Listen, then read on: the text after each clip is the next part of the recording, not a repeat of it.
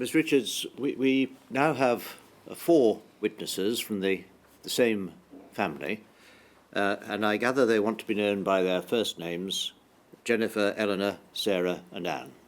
That's right, sir. Could you please come forward?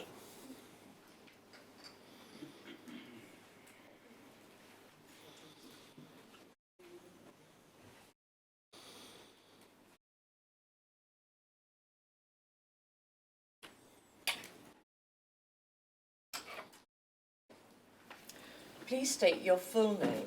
Anne Dorricott. Hold the book in your raised hand and repeat after me. I swear by Almighty God I swear by Almighty God that the evidence I shall give that the evidence I shall give shall be the truth, shall be the truth, the whole truth, the whole truth, and nothing but the and truth. nothing but the truth. Please state your full name. Sarah Elizabeth Dorricott. Take the book in your raised hand and repeat after me. I swear by Almighty God I swear by Almighty God that the evidence I shall give that the evidence I shall give shall be the truth, shall be the truth, the whole truth, the whole truth, and nothing but the truth. and nothing but the truth. Please state your full name. Eleanor Jane Dorricott. Take the book in your raised hand and repeat after me. I swear by Almighty God I swear by Almighty God that the evidence I shall give that the evidence I shall give shall be the truth, shall be the truth, the whole truth, the whole truth, and nothing but the truth. and nothing but the truth. Please state your full name. Jennifer Ann Dorricott. Take the book in your raised hand and repeat after me. I swear by Almighty God I swear by Almighty God that the evidence I shall give that the evidence I shall give shall be the truth, shall be the truth, the whole truth, the whole truth, and nothing but the truth. and nothing but the truth. Thank you.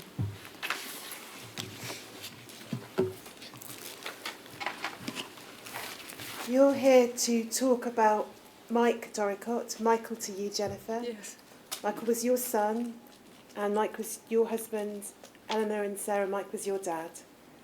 And we're going to just have a photo of him up on the screen just to start with. It's 1196020. That's Mike.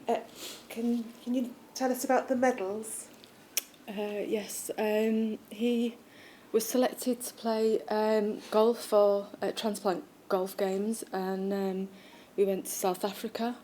He was passionate about golf, that was his biggest passion, and he was really proud, and he won.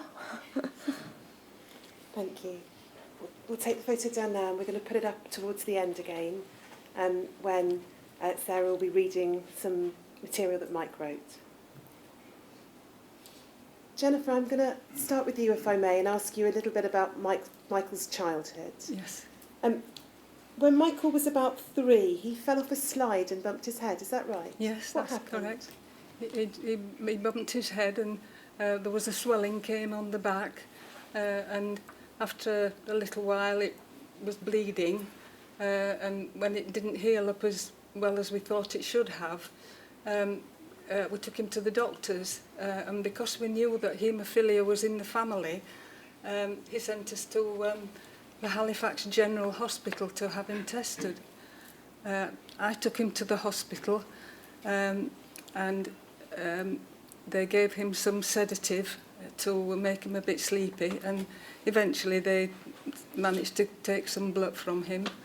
And when we saw the specialist, when the result was done, he told us they couldn't find haemophilia, and so we were very pleased. But after a while, his head still didn't heal up as it should have done, so we went back to the doctor again, and he sent him to Huddersfield Royal Infirmary, where he was tested again, and they did find haemophilia, but we were told it was mild.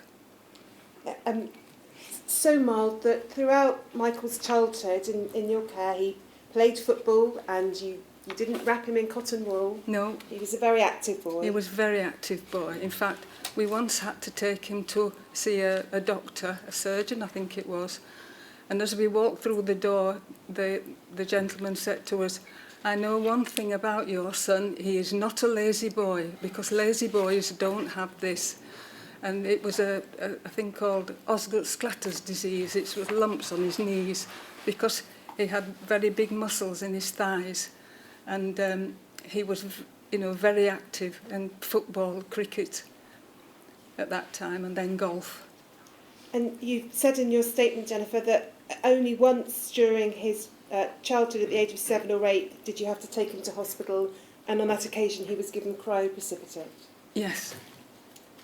Now, in December of 1982, when Michael was 15, he required some dental treatment in relation to impacted wisdom teeth. Yes. And the plan was for him to be given cryoprecipitate, but you understand he was in fact given factor 8. What can you recall about that? I can't remember very much, actually, about when he went for his teeth out. And I couldn't tell you offhand, or I couldn't have done, how many teeth he did have out, but I've since found out it was two teeth. They didn't tell me anything. I just assumed they would give him the treatment that he'd had before, and that was it. He was going to have the teeth out so that they were, get rid of them. And you put it this way in your statement, Jennifer, there was no discussion, there was no dialogue, there was no consent. No, there was none of that. They just gave him what they gave him, and it just happened to be factor 8. And Mike obtained his medical records, and you've exhibited those to your statement, and we'll just have a look at a couple of them to show what was happening during this period. Paul, could we have 1196002? And we can see this is a letter from November 1982. It's about the dental treatment that Jennifer has just been describing, and the concluding paragraph explains that the doctor proposes to admit him to Huddersfield Royal Infirmary on the 14th of December for extraction of these 4 teeth under general anaesthesia the following day, and will arrange this consultant haematologist in order that appropriate cryoprecipitate can be administered. So Mike's understanding, when he looked at his records, was that the plan had been for him to receive cryoprecipitate. That's correct. And then if we have up on screen, please, Paul, 1196003, we can see that, in fact, this is dated the 15th of December, so the day after, we see there the reference top of the page, 3,000 units, factor 8 given. And if we have the next page of that, please, Paul. Top of the page there, we can again see it says factor 8 before, 2,820 units injection, factor 8 after, 2,820 units injection, and then the factor measurements there. So Mike's understanding when he looked back at his records, Anne, was that whilst the plan had been to give him cryoprecipitate, he had in fact been given factor 8. He did, yeah. And it was Mike's view, and Jennifer and Anne, you both expressed it in your statements, Mike believed that he had been treated as a pup. Yes, correct. And we can see his view scribbled on some documents. 1196017, please, Paul.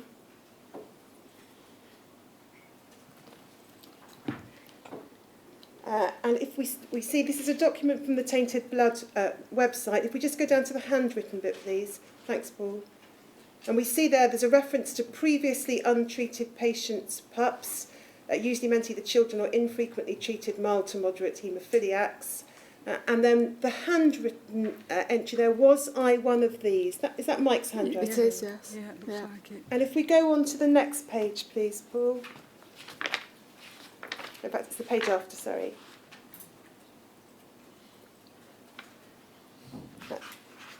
That's it, keep going. Thank you. We can see this is a letter from the Tainted Blood website, and there's a reference to previously untreated patients, which has been underlined by someone in the letter.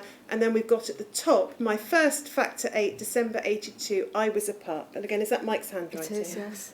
So that was Mike's conclusion. He'd been given factor 8 unnecessarily and contrary to the plan that he had understood, Yes, which was that's right, cryoprecipitate. yes. And you've explained in your statements that Mike had liver function tests around the time of his operation and they were normal, Yes. but liver function tests the following year and after that showed abnormal ranges Yes. in terms of the liver enzymes. Yeah. Jennifer, do you recall any discussion with you about the significance of any liver tests following the operation? No, nobody said anything to me. You've got Mike's UK HCGO records, Anne, and we'll have them up on screen again, please. 1196009, please, Paul.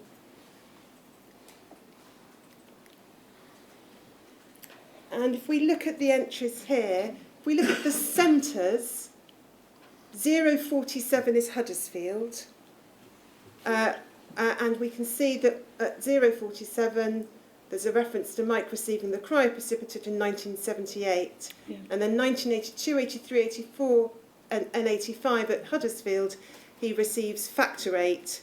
There's 4 entries for BPL factor 8, and then ARMA factor 8 is the last of those entries. Whilst we're looking at that, do you recall, Jennifer, any occasions after the dental treatment where Michael received factor 8? No, I don't recall any, no, because I'm just wondering if he'd left home by that time. You do make a reference in your statement to a discussion when Mike was going to go on holiday and there was a possibility of him taking some factor 8 with him. Yes. And you're not sure that he even needed to use it? No, he didn't. I saw the doctor that day. He gave me the factor 8 and said that Michael had to take it with him just in case he needed it, because they knew it was heat treated. Those were his words. It was heat treated. And then if we look at the entries above that, Centre 140, this is when Michael went to university, Jennifer, at Newcastle. Is that right? He went Yes. to Newcastle University. Yeah. And we can see that after that, there, he received cryoprecipitate or DDAVP. But when he returned to Huddersfield, Centre 047, again, we see him being given BPL factor 8. Yes. I'm amazed. And did Mike ever recall being given any advice or warnings himself about any risks associated with factor 8? No.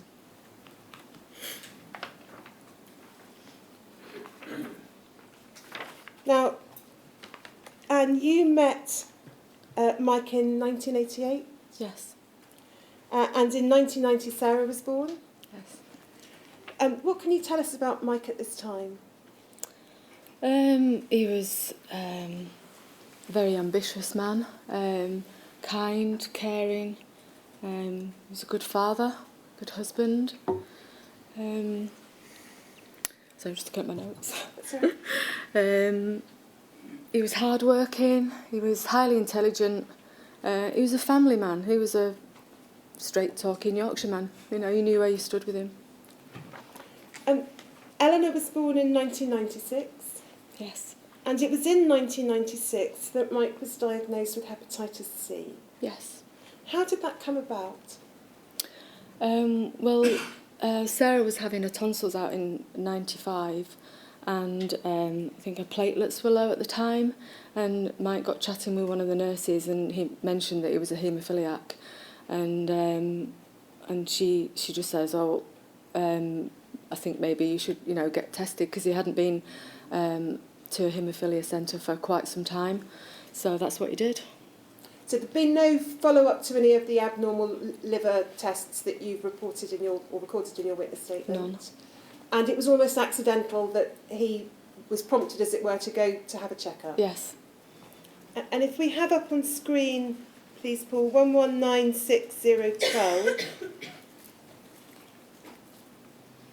We can see this is a letter from June 1996 from Addenbrooke's Hospital.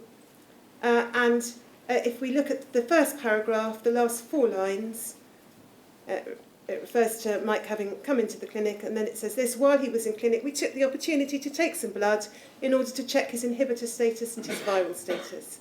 We explained to him that as he has had blood products in the past, prior to 1985, he may well have been exposed to hepatitis C. And that was the first Mike knew of this risk. Is that Yes. right? He had to have a liver biopsy, He did. and that showed that he had chronic hepatitis C and cirrhosis. He did, yes. What was the impact on you and Mike of the receipt of that diagnosis? Well, we were shocked. We were shocked about the hepatitis C. I didn't really know much about hepatitis C at the time, but when he had the liver biopsy and it came back cirrhosis, you know, we were devastated. Yeah. Mike had been leading a busy, normal life. Yeah. Had he been experiencing any symptoms at that stage? Well, he was always tired, and he'd come home from work and he'd go to bed. He was just tired, and then he just realised later that having been diagnosed with hepatitis C, that was one of the conditions, and he went, "Oh, I realise now why I've been so tired." But he carried on working. He was working for Weetabix, I think, at the time. Yes, yeah. And then in 1997, he changed jobs and you relocated to Surrey. Yes. And as part of his job, he travelled a lot, travelled all over Europe. He did, yes, yeah. He loved his job. Yeah. And I think at the time of Mike's diagnosis with hepatitis C, you also underwent testing. I did get tested, yes. And you described the weight for that result, which was negative, as a terrible weight. Definitely, yes. Now, in January of 1999, Mike had his first course of treatment for hepatitis C. That was interferon and ribavirin. Yes. And he persisted with it for 27 weeks, but then it wasn't successful. No, it failed. Can you recall in relation to that first course of treatment what the side effects were? I just remember him just had flu-like symptoms, and that's all I can remember at the time. He was put on the liver transplant list in the middle of 2000. Yes. And there were a number of false alarms of calls. What can you Yeah. recall about that time of waiting for that There was call? 3 false alarms. Just the waiting was bad enough, but having 3 false alarms, you know, we'd get to the hospital and then they decide they wouldn't use the liver because it wasn't healthy enough. And then the call that he did get was okay, and they went ahead with the transplant. And that was October 2000 when Yes. Mike had his liver transplant, his first liver transplant. You said seeing Mike in intensive care was devastating. It was, yes. And he didn't want the girls to see him like No. that. And Jennifer, you visited Mike with your husband daily in hospital during this time. Yes. And how was he? He was, well, very ill at first, but eventually they moved him out of intensive care, and he gradually, slowly, over 3 weeks, made a recovery, so he could go back home. He seemed to chatter normally, and he seemed to be his normal self at that time. And he recovered sufficiently to return to work. He did, yes. He had various surgical procedures, surgery for a blocked bile duct in the following years. He contracted MRSA at one He stage. did, yeah. And he had lots of appointments over the years that followed. Yes. But he continued working for a He did, significant period of time. Then in 2007, Mike had a routine scan, and what did that show? It showed tumours, and they said he would need another liver transplant, and he was lucky enough to get another liver transplant. What was the impact of that diagnosis of cancer on Mike and on you? Well, we were devastated. I mean, every time he went to the hospital for scans, it's always in your mind. You know, is the cancer going to be there? Or so yes, we were devastated. Yeah. And he was put on the waiting list for a second liver transplant, Yes. and that was carried out the following year in 2008. Yes. Again, Mike suffered a number of infections. He contracted sepsis at one stage, Yeah. but he recovered. But it was after that second transplant that the hepatitis C described came back. Yes. And he had to undergo a second course of treatment for the hepatitis Yeah. C. That was, again, interferon and ribavirin. Yeah. What was the effect of this second course of treatment on him? Well, this treatment, the second course of treatment, was really bad, really bad. He had the flu symptoms. He had aching joints. At one point, I remember him saying it just feels like he's been hit by a bus. He was not himself. He was very aggressive, which was a really, really hard time for us. I didn't know what to do. And I was away from my family. I felt really alone at the time. It was like he had a rage in his eyes. It was like as if he was possessed. And I was scared of him. You said in your statement he became, on this course of treatment, a different man. Volatile, aggressive, mood swings, a Jekyll and Hyde character. Yeah, Jekyll and Hyde character. Completely unlike him. Yeah. Sarah and Eleanor, what can you recall about this period when your dad was undergoing the second course of treatment? I just remember it being like walking on eggshells in the house, and I was a teenager at the time, and I was pushing boundaries, so trying to find where the line was, and I'd often challenge him, and that made things worse. There was a few times where Mum had to come between me and my dad, where he'd been quite violent, and we knew it was the drugs. We knew it was just the treatment, and it wasn't him. He was a different person. It wasn't him. He was a lovely, lovely man, and this treatment really altered his mind. It was very, very difficult years, and it took its toll on all of us, and especially him.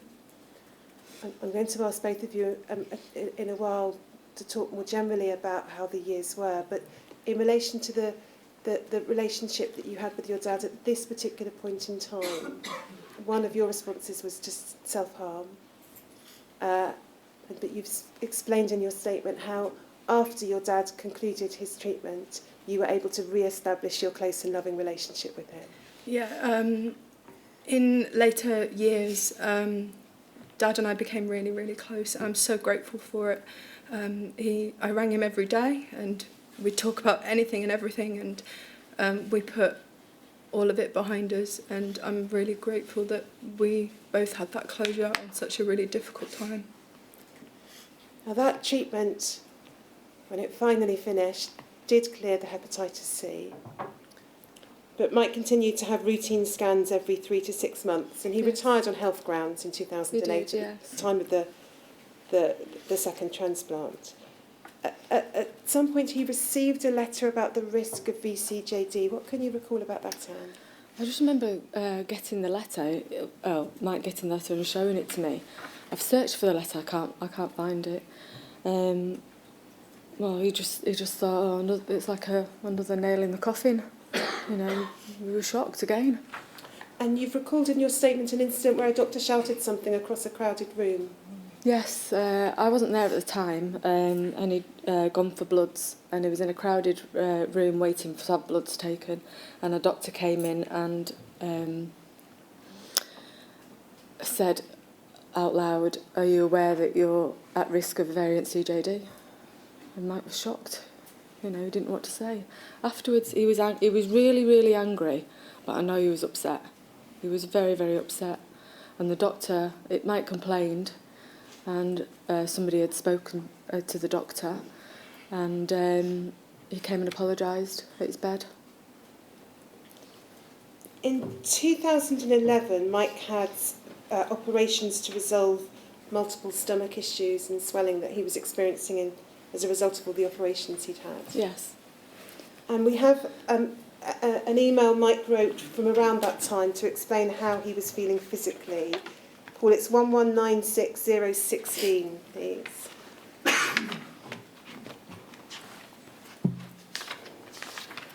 It's a letter Mike wrote to his doctor in June 2011, and he says this: "I do not know how I would cope if I had to go back to work. My head feels like it's full of cotton wool, and I'm having difficulty concentrating on even the most simple of tasks. When I do have to do things, even the most simple of tasks takes me ages to do. What I used to do as a matter of course whilst having a senior role, travelling around the world, dealing with time zone changes and the general abuse that I put my body through, now leaves me struggling. I'm sorry if I'm not explaining this properly, but I guess that is symptomatic of the way that I am feeling right now. This is something that's been going on for at least a year now, and I cannot say that this feeling is getting any better or any worse. I don't know if this feeling is due to the interferon, the immunosuppression, the steroids, or what. It cannot be the state of my liver, as I believe that the LFTs are as good as they have ever been. To be honest with you, I don't really care what's causing it, as I can deal with it as long as I don't have any pressure put on me. It gets worse when I must do something, and then the most trivial of tasks just seem to become the biggest deal in the world. In addition to this, I am constantly tired and my legs are causing me more concern. They're so swollen that I'm now having difficulty in finding trousers that will go over my calves." And that's a brief summary, but in Mike's words, of how Yes. physically and mentally he was feeling at this time. Yes, yeah. You decided you were going to downsize and relocate to Cumbria. Yes. Right. And you completed on the purchase of a house that you and Mike were going to live in. Yeah. But then in February 2014, Mike had a routine scan again, and what was the outcome this time? Well, he was cancer-free for 5.5 years, so we thought everything was fine. That's why we decided to downsize and move to Cumbria. And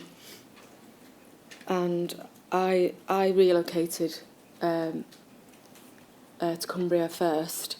Well, Mike stayed with Eleanor while she finished college. And I was at work at the time, and Mike phoned me and said, "I've just had my scan and it's not good." And he just said the cancer's come back and that there's nothing they can do and it's terminal. And he was given to understand he might have about 12 months to live. Yeah, he was given 12 months to live, yeah. Eleanor, I think you recall being at home when your dad was on the phone receiving the diagnosis. What can you remember? All I remember was sitting on the top of the stairs and hearing a phone call that he was having with his doctor. And I can't really remember much about it, but because I kind of blacked most of it out. But all I can just remember is sitting on the top of the stairs and crying, and then going downstairs and just talking to Dad about it, and him being really upset. Mike underwent a number of treatments. He had internal radiation therapy and chemotherapy. Yes, yeah, he had certs, yeah, too. Yeah. But his health went downhill. It did. And there was an occasion when Eleanor had to call you because Mike was acting very strangely. He was confused. He didn't know where he was. Yes. He was admitted to Lancaster Hospital on one occasion because of a serious infection, and you had a particular difficulty with a paramedic. What was that? Well, we'd got to hospital and we were waiting in the corridor, waiting for Mike to be seen. And Mike was, he was in and out, drifting in and out of consciousness. And the paramedic was stood with me, and the other paramedic was checking him in. And we just got chatting, and the paramedic said to me, "Do you realise how much it costs for an ambulance to come out?" And I said, no idea. And so she told me, which I can't remember now, and also she said, maybe next time you should go through your GP. Mike was seriously unwell at this stage. He was, he'd just had chemotherapy.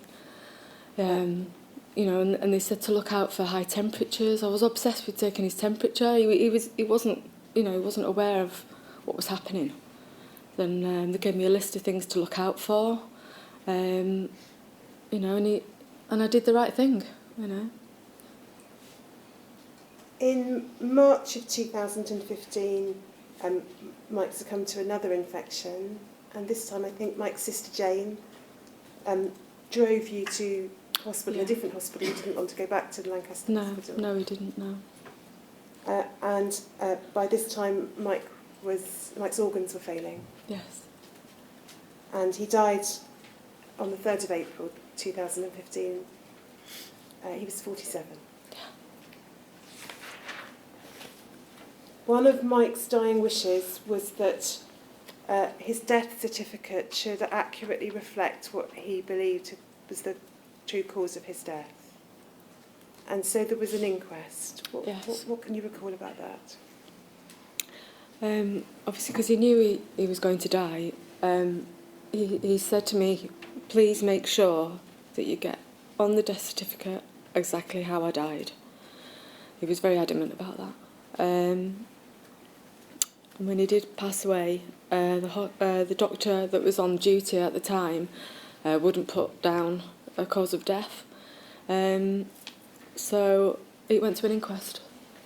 If we have up on screen 1196004, please.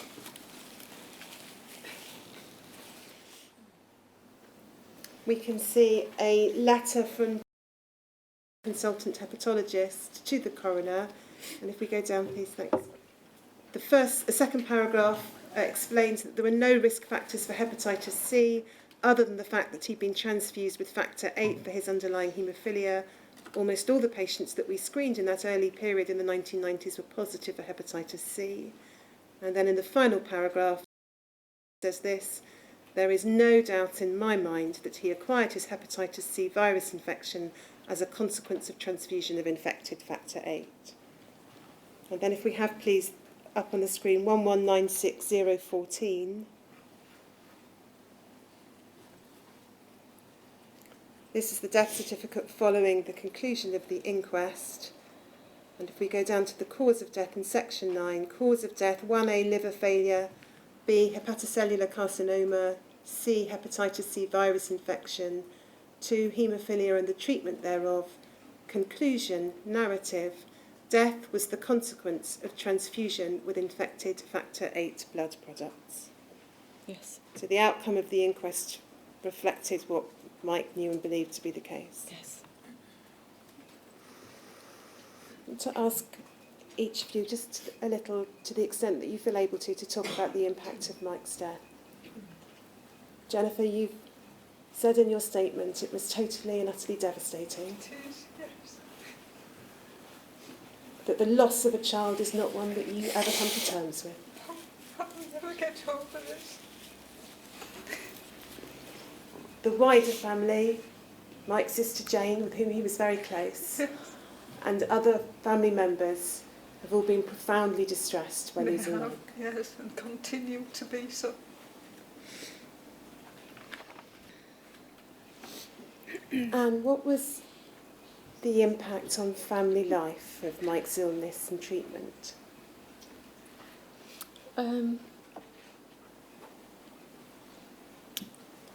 Well, we tried to lead a normal life. You know, when he was well enough, we'd go camping and caravanning, and you know, we'd have some good holidays abroad. We tried to lead a normal life for the girls, but it was just out of our control. It was out of our control completely, and we tried to make the best of things. But it did have an impact on all of us, definitely. Were you or Mike ever offered any counselling or psychological support? No. Well, Mike was offered counselling when he got the diagnosis of terminal illness, yeah. But no earlier stage? No, nothing. And you were both offered antidepressants. Neither of you wanted them. Mike didn't want feelings to be taken away. No, he didn't want to suppress his feelings. He wasn't that sort of man to take antidepressants. He was a strong man. And you describe in your statement your devastation at the loss of Mike. You loved him and you miss him every day. Yeah. Sarah and Eleanor, I'll ask Eleanor first. What can you tell us about the impact of your dad's illness on you growing up and how it affected you? Well, when we were growing up, like Mum and Dad gave us everything that we needed, and obviously tried to act like a normal family despite everything that was happening. you know, Dad worked really hard to live in a nice area in Surrey, and we went to good schools, and we went on nice holidays, like Mum said, and stuff like that. And obviously, that was nice, but obviously there was that underlying aspect of, you know, he's had 2 liver transplants. He was on borrowed time. He knew at some point something was going to happen and go downhill at some point. Can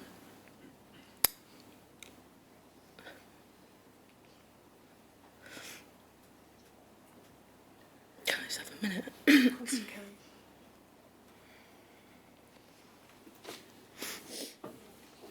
You've talked in... Would you like a break? Let's take a 10-minute break. Yes.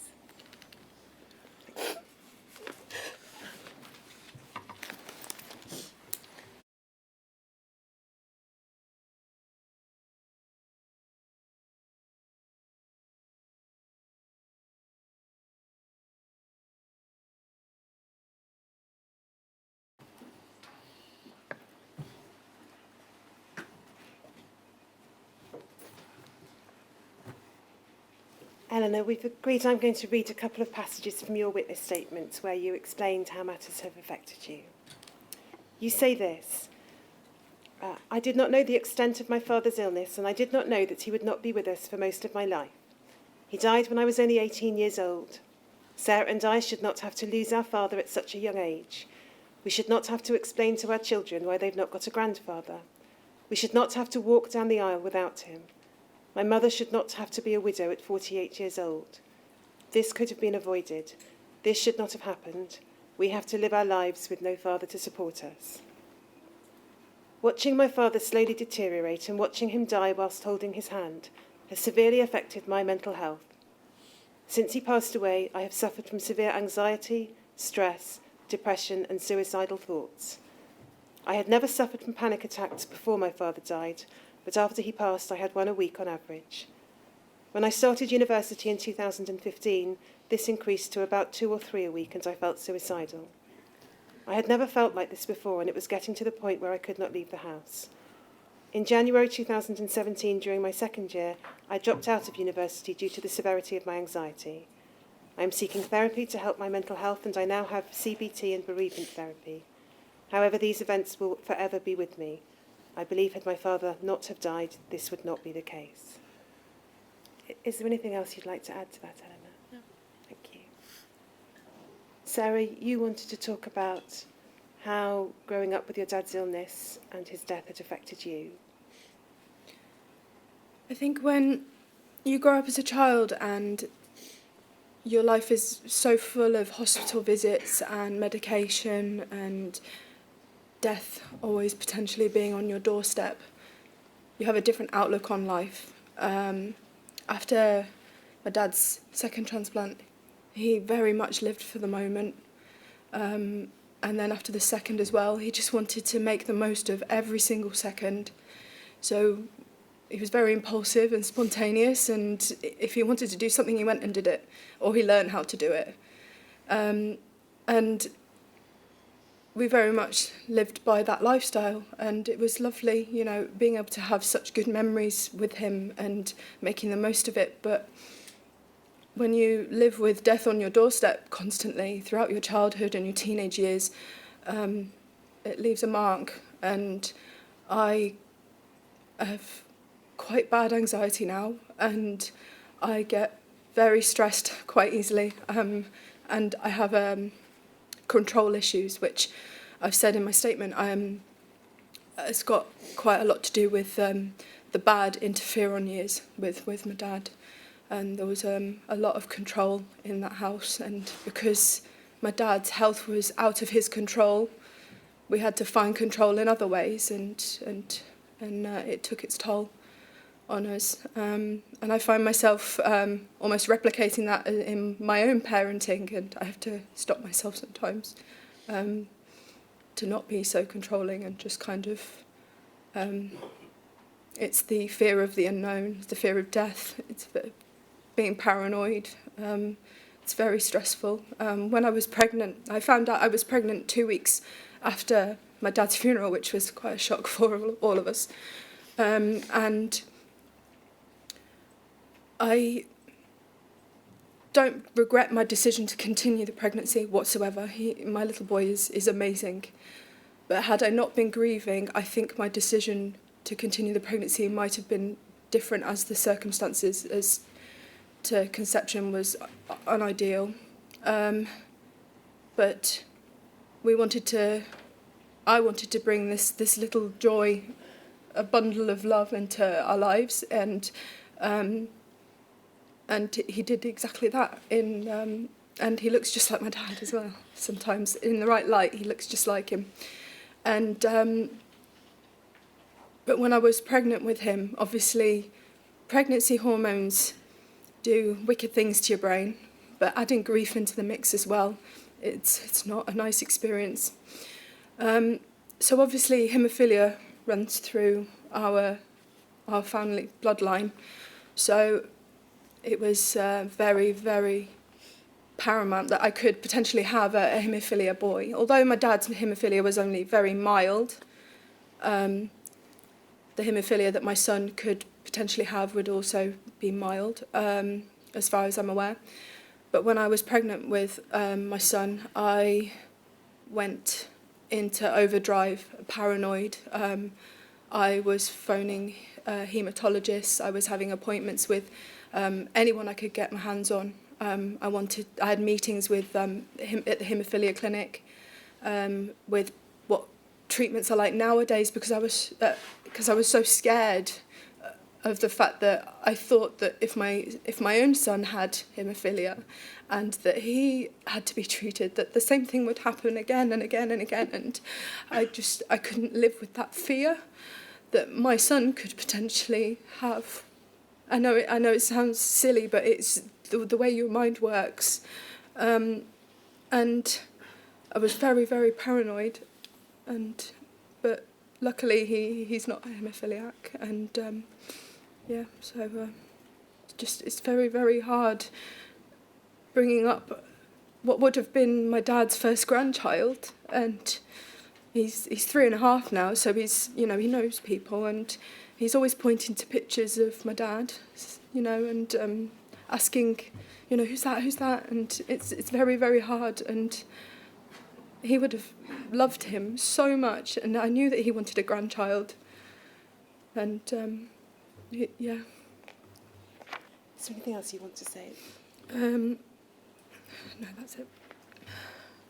And I wanted to ask you about Mike's campaigning work.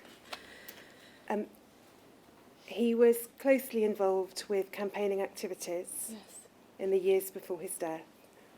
And one of the issues he was most passionate about was the issue of proper financial support or compensation. What can you tell us about what Mike did?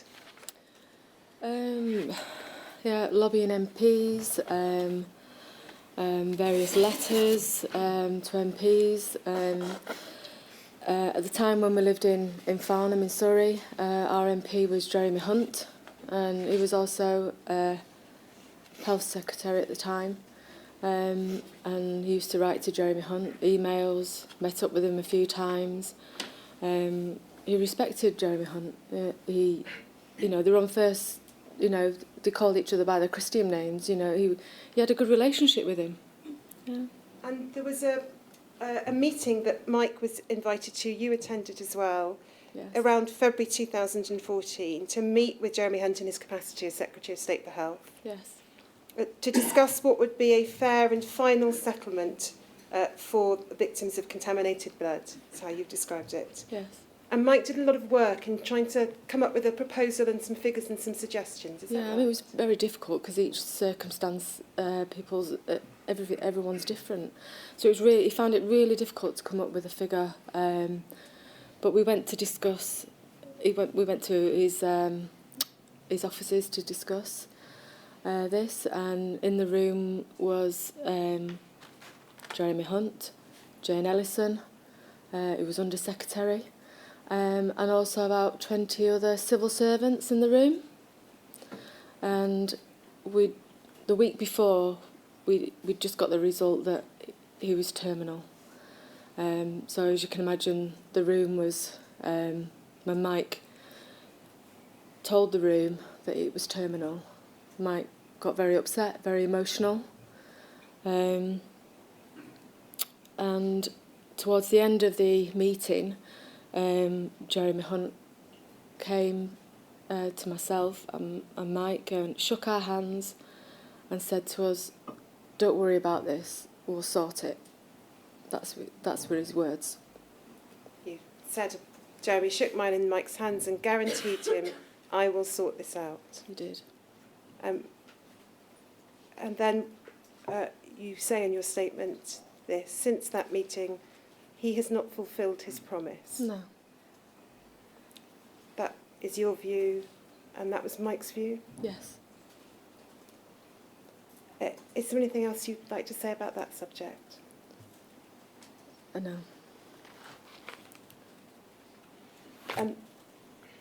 Sarah, you want to read something your dad wrote, and we'll put back up on screen your dad's photo, so put 020, thank you.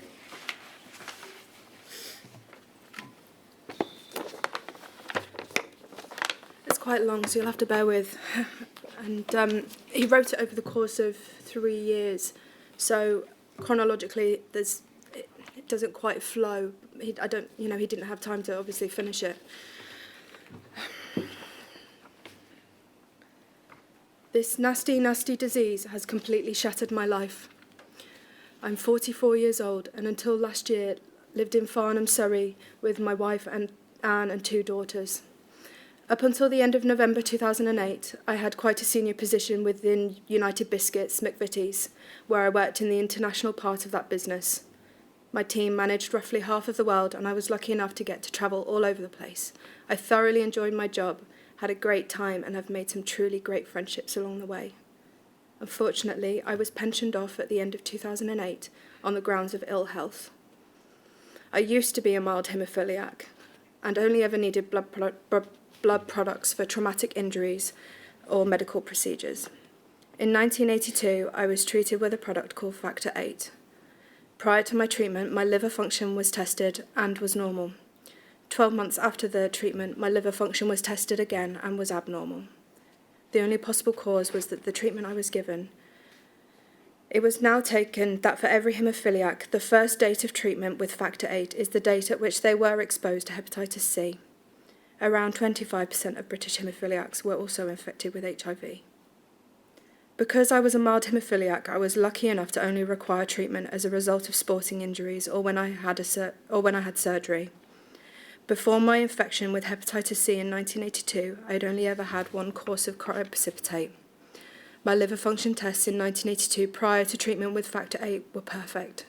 Why I was changed from cryoprecipitate to Factor VIII in 1982 is beyond me. There was no discussion, no dialogue, and no consent. The 3 treatments of Factor VIII that I had prior to heat treatment being established in 1985 were for teeth extraction and minor muscle bleeds caused by playing football. None were for life-threatening situations. The government of the day are fully aware of the risks involved in the new treatment. The government of the day were fully aware of the risks involved in the new treatment. In 1980, a report to ministers from an advisory group indicated a 90 to 100% certainty that the new treatment would expose people to non-A and non-B hepatitis, later to become known as hepatitis C.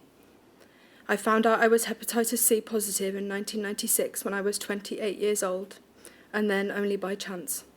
I'd dropped out of haemophilia care as I didn't need it.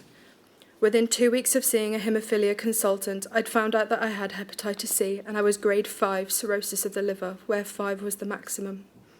I didn't even realise, and I thought my fatigue was down to working too hard and not getting enough exercise. I was lucky enough to be able to carry on working, as thankfully it was not a physical job. The brain seemed to continue to be working even though the liver wasn't. Following this, I was treated with combination treatment, interferon and ribavirin, which did nothing except annoy me. I was injecting every other day, so continually felt ill. I had the usual flu-like symptoms and felt generally ropey. The combination treatment is awful. It is 27 weeks of feeling like you have the flu, and I'm talking proper flu, where you feel shattered all of the time, not just a cold. Unfortunately, this treatment didn't work, and I was eventually told in early 2000 that I would need a liver transplant. I literally went to pieces. I had previously been an active, sporty, energetic type despite my haemophilia, and was now reduced to being a wreck. I was put on the liver transplant list and subsequently received a replacement liver on the 2nd of October 2000. Thankfully, I recovered relatively quickly.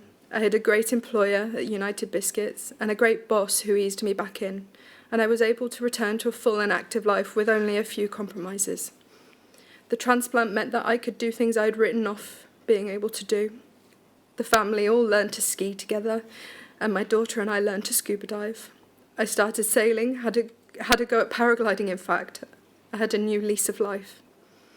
There were some minor hitches in the next few years, which included a bit of replumbing, hernia repairs, MRSA and C. diff, but nothing I couldn't get over. That was until the summer of 2007, when a routine scan found cancer in the transplanted liver. I was put on the transplant list again, as it was suspected that I had developed cancer. I was advised it would take 4 weeks to get a liver, as cancer patients went quite high up the list. 8 hellish months later, I had the second transplant in April 2008.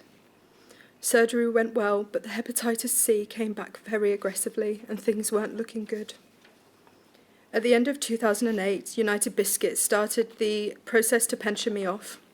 I had the option to challenge this, but given the circumstances and my state of mind, I think it was best for all that I just took it. I couldn't work then, and can't do so now, as I get too tired. Retiring was the only viable option that was open to me. I was still hepatitis C positive at the time, however, it was running riot at the heavily immunosuppressed to stop the rejection of my new liver. The body's defence against the hep C was squashed, and so it could do what it wanted. The decision was taken to offer me the combination treatment again. This time it was for 72 weeks and again was awful. The doctors at Addenbrooke's put me on PEG interferon and ribavirin, which has thankfully controlled the hepatitis C for the time being. I came off the combination therapy in February 2010 when 72 weeks of it. I felt like I had flu and was extremely tired most of the time. I also had an almost constant run of infections and minor complaints, which became very, very irritating.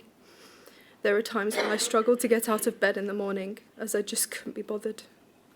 Thankfully, it was seen to be successful as the hep C went undetectable. As I understand it, I was the 4th person in the UK to have the combination treatment post-transplant. One of the first 3 didn't make it, so as I mentioned, it wasn't looking good. The lumps were confirmed as being cancer after the transplant. Cancer cells were found in the blood vessels of the liver, meaning that they might have got out and circulated around my body and started again. There is a huge difference between my salary when I worked and my pension. We've had to change our lives from top to bottom.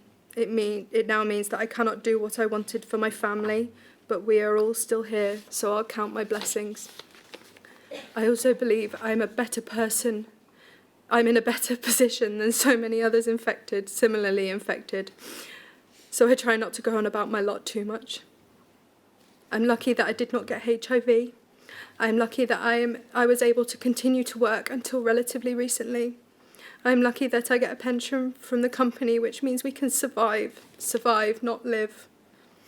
I'm lucky that we have been able to stay in our family house, although should the need arise, we will have to sell up and move somewhere less expensive. Note, since he wrote this, Mike has had to uproot his family in order to cut down expenses and move closer to Anne's family. I'm lucky to have a caring and supporting wife and family. I'm lucky to have 2 great kids who just get on with things without seeming to let our circumstances affect them. I was lucky to have 2 transplants. Unfortunately, I've been told that there won't be another should the need arise, but we'll fight that decision as and when. Everything was going fine with the second transplant until February 2014, when a routine scan, nearly 6 years after the operation, showed that the cancer had returned. Unfortunately, it was seen to be inoperable, and treatment options were very limited. A further transplant has been ruled out. I'm now undergoing chemotherapy. However, the chance of success is less than 10%.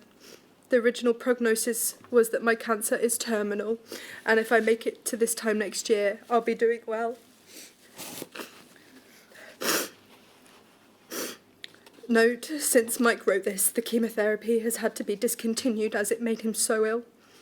He is now fighting recurrent infections and hoping to get well enough to try final treatment in tablet form that might hopefully shrink the tumour and buy him a little more time with his family, which he never got well enough to start taking. Looking at the impact that this has had on my family and I is hard to explain. I had a senior general management role within United Biscuits, working in the international division. I travelled the world with my job, having a team of managers across the globe. Following my second transplant, I was offered early retirement on the grounds of ill health, and I had no option to take it as I was too ill to return back to work. The financial impact of this decision was that my package to pension difference was in the region of £65,000 per year lower. I was 41 when I retired. When you gross this up to include a reasonable rate of salary increase per annum and one promotion over the next 24 years, this would give a lost income of around £2.25 million. This does not include any share options either. To put this into perspective, United Biscuits has just been sold. A manager who worked for me will receive a bonus of around £500,000 as a result of this change in ownership. I would have been expected to receive in excess of this. My situation is atypical for haemophiliacs, I understand that, and I would not be expecting any government to put up a support package in place to cover these losses, unless, of course, previous governments were found to be fully culpable of my infection. I believe they are, by the way. The impact of this scandal that has had on my family is immeasurable. I am now not in a position to be able to provide what I should have been able to do. As you will understand, a reduction in income, as indicated, has had huge implications, like the payment of university fees, the provision of nicer things in life, the fact that my wife has had to go back to work full-time to make the books balance, to the fact that we've had to move from the southeast to a more cost-effective part of the country, leaving all of our friends behind.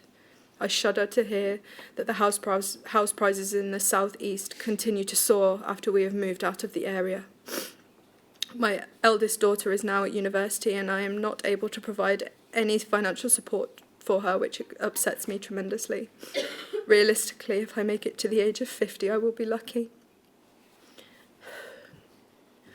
You may be aware Jeremy Hunt was my constituent MP until we moved. He is fully aware of my situation, as we have corresponded regularly and met on a number of occasions. I might have mentioned that I have had a meeting with him in February 2014 and Jane Ellison, where they invited me to a meeting to understand what a potential settlement would look like. The impact that this scandal has had on individuals varies. The package offered could be prorated to reflect this, i.e. those most affected severely receive 100% of said package, those less so receive some proportion. It would be quite easy to put categories into place to cover the differing levels of impact, thus managing the overall cost. It would also be all-inclusive. The financial impact of the scandal is only one part of how this has affected me and my family. The chances are that I will be dead in the next 12 months. Nothing will ever repay this. I won't be there for my wife and 2 daughters. I won't get to walk them down the aisle. I won't be there to meet our grandchildren, and my wife will be on her own. We won't be able to enjoy our move to the lovely Yorkshire Dales. I look out of my window now and I see that I am going to be missing this view. The diagnosis of cancer came 2 weeks after we had completed on our house purchase. The only thing that will mitigate the impact to a certain extent is a financial package that will make my wife and family financially secure for the future. No apologies or potential criminal prosecutions for what have taken place will mean anything, and it is time that the government sorts this issue out. We have had years of pain and anguish as a result of the actions taken by previous governments. They knew the risk of moving from relatively safe product cryoprecipitate to the massively riskier Factor 8. The risk involved with me passing Hep C to my wife and children has been frightening. people automatically assume that Hep C infection is due to intravenous drug usage, and living with the stigma of it cannot be underestimated. The current government have resolved a lot of the outstanding issues. Hillsborough is being resolved. iSave has been dealt with. Equitable Life has been resolved. This is the last big issue that remains undealt with, despite previous attempts. I've tried to keep this brief, but as you'll see, it's not easy. If this has been a little incoherent, I do apologise, but I'm currently sat here, hooked up to a pump, delivering my chemotherapy. This is the impact that this wholly avoidable infection has had on my life. Whatever the reasons are for changing me from cryoprecipitate to factor 8 when I was 15 years old has had the impact of ruining my life. I have gone from being a fit, active man to someone who can just about manage day to day. I have gone from a senior role flying around the world and thoroughly enjoying life to being a retiree at the age of 42. I have gone from having a relatively good income to scraping about to make ends meet. I have gone from being able to provide for the needs of my family to not being able to do so at all. This nasty, nasty disease has completely shattered my life. Thank you, Sarah. Is there anything else any of you want to say? I just wanted to say I'm so grateful for the 2 transplants that Mike had and the donor families. I also wanted to thank Sir Brian and also Collins, who have been wonderful. That's all I wanted to say. Eleanor, Sarah, Jennifer? That's all the questions, Sarah. Well, thank you very much indeed, each and all of you, and for giving us what your story is, and for allowing Mike's voice from beyond the grave to be heard. Thank you.